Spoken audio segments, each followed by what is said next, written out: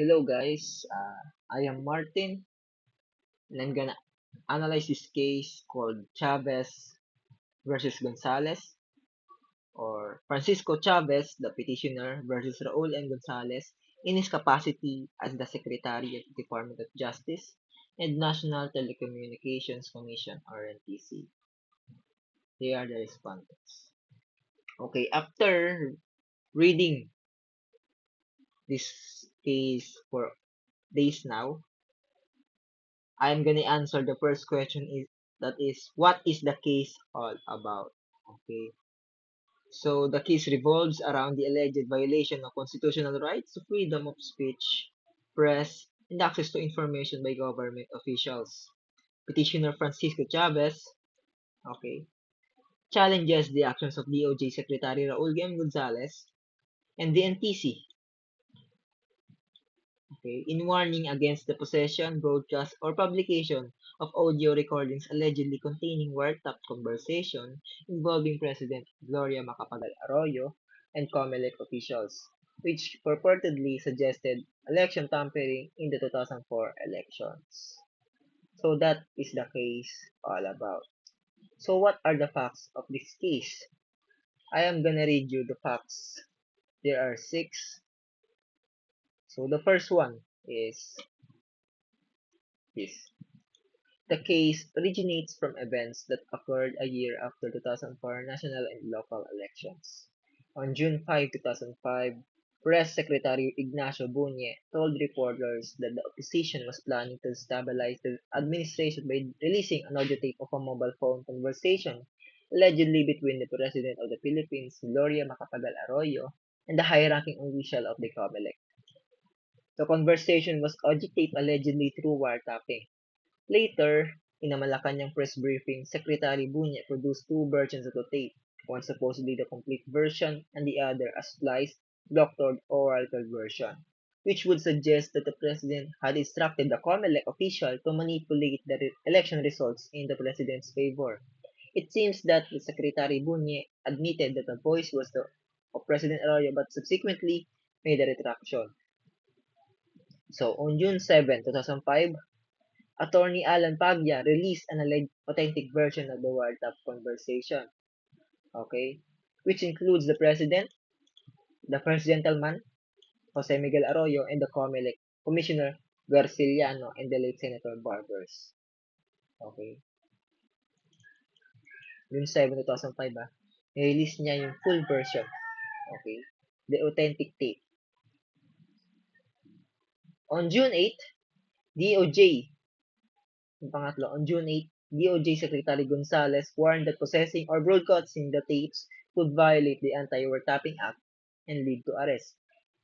Binalaan ni DOJ Secretary na lahat ng may kopya ng recording or ng disc na yon ay pwedeng maaresto dahil pwede silang ma-held liable under the Anti-Wiretapping Act.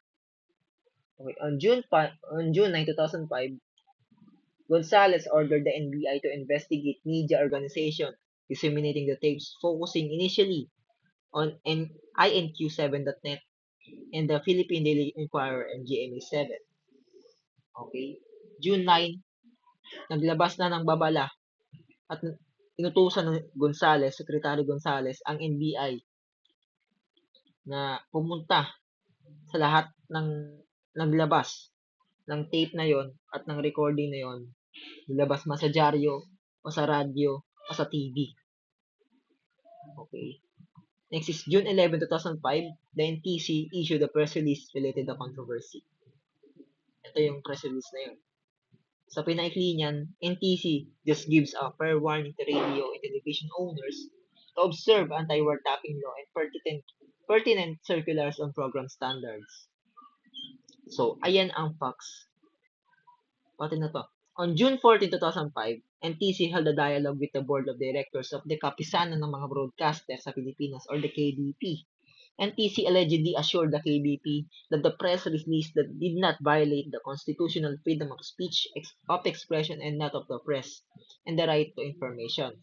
So accordingly, NTC and KBP issued a joint press statement which states, among others, that ito yun.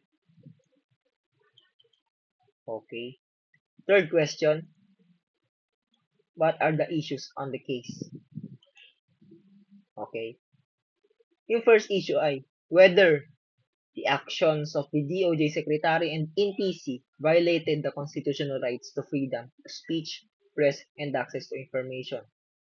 Kung ang action nga ba ni DOJ Secretary Gonzales at ng NTC na magbigay ng babala sa lahat ng may hawak ng informasyon about sa tape na yon, about sa recording na yon ng presidente at ng COMELEC officials about sa elections.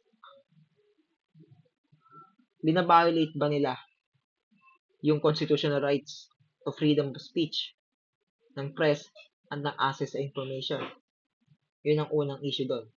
Pangalawa is whether petitioner Francisco Chavez has the legal standing to file the petition, which is this. I'm gonna read you this, the petition. Petitioner Chavez filed a petition under Rule 65 of the Rules of Court against respondents Secretary Gonzales and the NTC.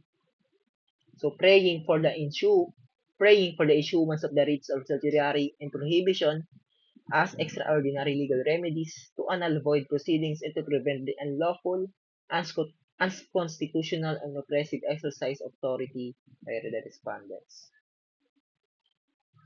So, alleging that the acts of respondents are violation of the freedom of expression of the press and the right of the people to information on matters of public concern, petitioner specifically asked this court for the nullification of acts, issuances, and orders of respondents committed or made since June 6, 2005 until the present that curtail the public's rights to freedom of the expression and of the press and to information on matters of public concern, specifically in relation to information regarding the controversial tape conversion of President Arroyo and for prohibition of the further commission of such acts and making of such issuances and orders by respondents. So, ang laban niya dito ay dapat daw malaman ng mga tao dahil ito ay parte ng constitutional rights, ang freedom of speech at ng information. Dapat daw hindi nahadlangan nila DOJ Secretary at ng NTC itong mga pangyayaring ito.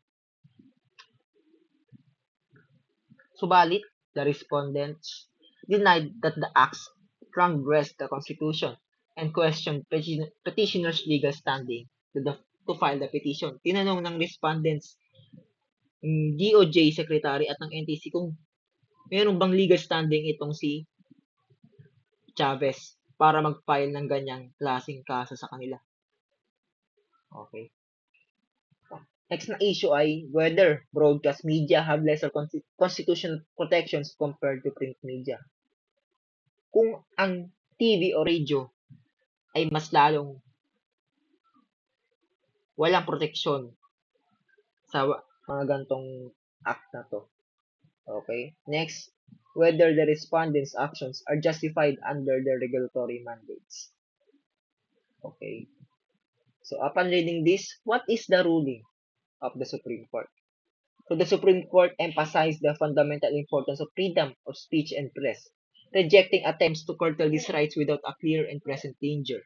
The court invalidated the actions and orders that aimed to suppress dissemination of the tapes, recognizing them as unconstitutional violations of freedom of expression and the public's right to information. The court also ruled that Francisco Chavez had legal standing to file the petition as a citizen and taxpayer concerned with constitutional violations. So, nang nabaliwala ang pag-deny ng respondents na kung dapat ba'y mag-file ang petitioner ng ganyan. Okay? Kung may kakayahan bang mag-file ng petition si Chavez sa kanila. Sabi ng Supreme Court, kaya naman ito dahil isang concerned citizen si Francisco Chavez at isang taxpayer. So, binaliwala rin ng Supreme Court sila DOJ Secretary at NTC na burahin yung mga recordings at tapes ng conversation ng COMELEC official at ng President, ng ex-President Arroyo natin. So, what are my takeaways or learnings from this case? Unang-una yung freedom of expression. Okay? Any restriction on freedom of expression, freedom of speech, or the press must be subjected to the clear and present danger test. Suppression of such freedoms without just cause is unconstitutional. So, lahat tayo may freedom of speech, no? Kung tinanggal sa atin yan, anong mangyayari sa atin? Okay? So, kung sinuppress ang freedom of speech ko without cause is unconstitutional. Yun lang yun. Okay? Kung itong recording na ito ay clear and present to danger, dapat ito tanggalin. Pero kung hindi, unconstitutional yun, natanggalin ako ng freedom of speech. Okay? Public access to information. The right to information on matters of public concern is a cornerstone of democracy, allowing citizens to hold public officials accountable.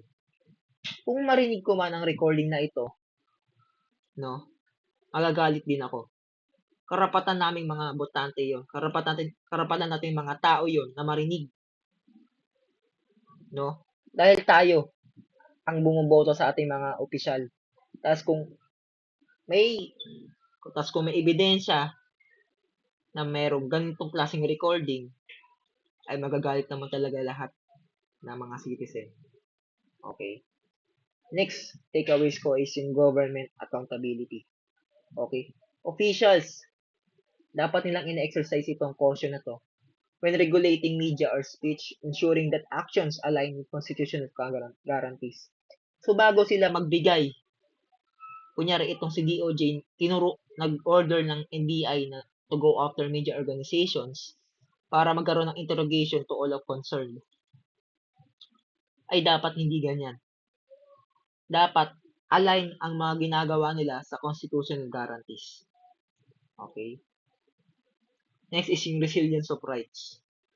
Even under controversial circumstances such as alleged election manipulation, constitutional rights remain paramount and must be firstly protected. Alright?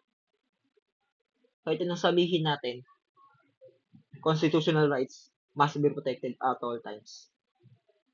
Okay? Kung ito nilabag mo, automatic, baliwala yung nilalaban mo. Kung kaya, tama dito si Francisco Chavez.